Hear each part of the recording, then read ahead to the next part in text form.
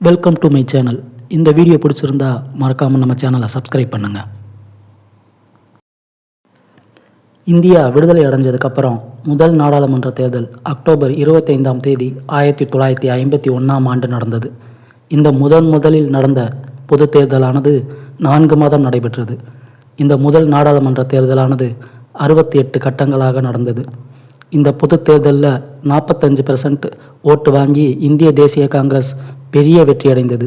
அதாவது 489 சீட்டுகளில் 364 சீட்டுகள் பெற்று அதிகப்படியான பெரும்பான்மையோட ஜவஹர்லால் நேரு தலைமையில் ஆட்சி அமைக்கப்பட்டது.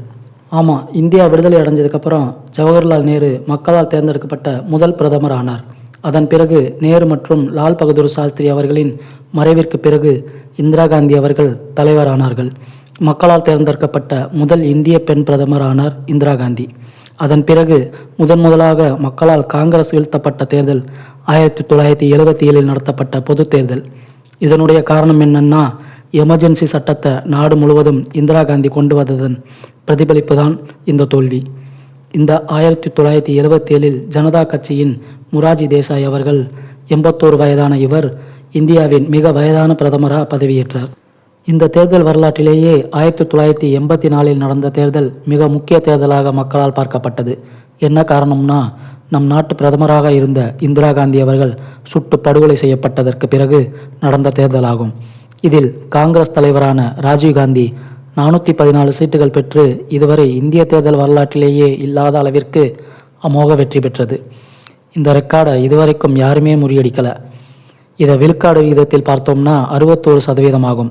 அதன் பிறகு 1991ஆம் ஆண்டு தேர்தல் பரப்புரையின் போது காங்கிரஸ் கட்சி தலைவர் ராஜீவ்காந்தி தமிழ்நாட்டின் ஸ்ரீபெரும்புத்தூரில் மனித வெடிகுண்டால் கொல்லப்பட்டார். இதன் பிறகு நடத்தப்பட்ட தேர்தலில் வெறும் 57% மக்கள் மட்டுமே வாக்களித்த இந்த தேர்தல் வரலாற்றிலேயே மிக குறைந்த வாக்குப்பதிவு நடந்த தேர்தலாகும்.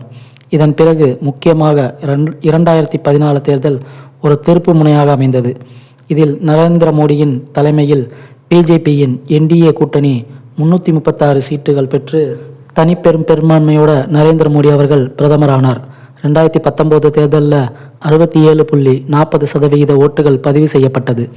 இந்திய தேர்தல் வரலாற்றிலேயே அதிக சதவிகித வாக்குப்பதிவு நடைபெற்றது இந்த தேர்தலில் தான்.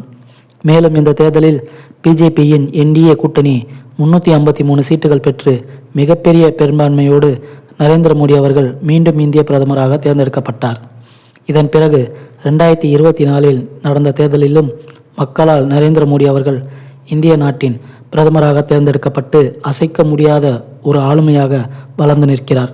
மன்னராட்சி காலங்களில் மக்களால் யார் நம்மை ஆள வேண்டும் என்று தீர்மானிக்கக்கூடிய வழிமுறைகள் கிடையாது. காரணம், மன்னர்களின் வாரிசுகளே அந்த நாட்டையும் நாட்டின் மக்களையும் ஆளக்கூடிய சூழல் இருந்தது. ஆனால் இப்பொழுது அப்படியல்ல. நம் நாட்டையும் நம்மையும் யார் ஆள வேண்டும் என்று தீர்மானிக்கக்கூடிய சக்தி நம் கையில் உள்ளது. எனவே யோசித்து நம் ஓட்டுரிமையை நிறைவேற்றுங்கள்.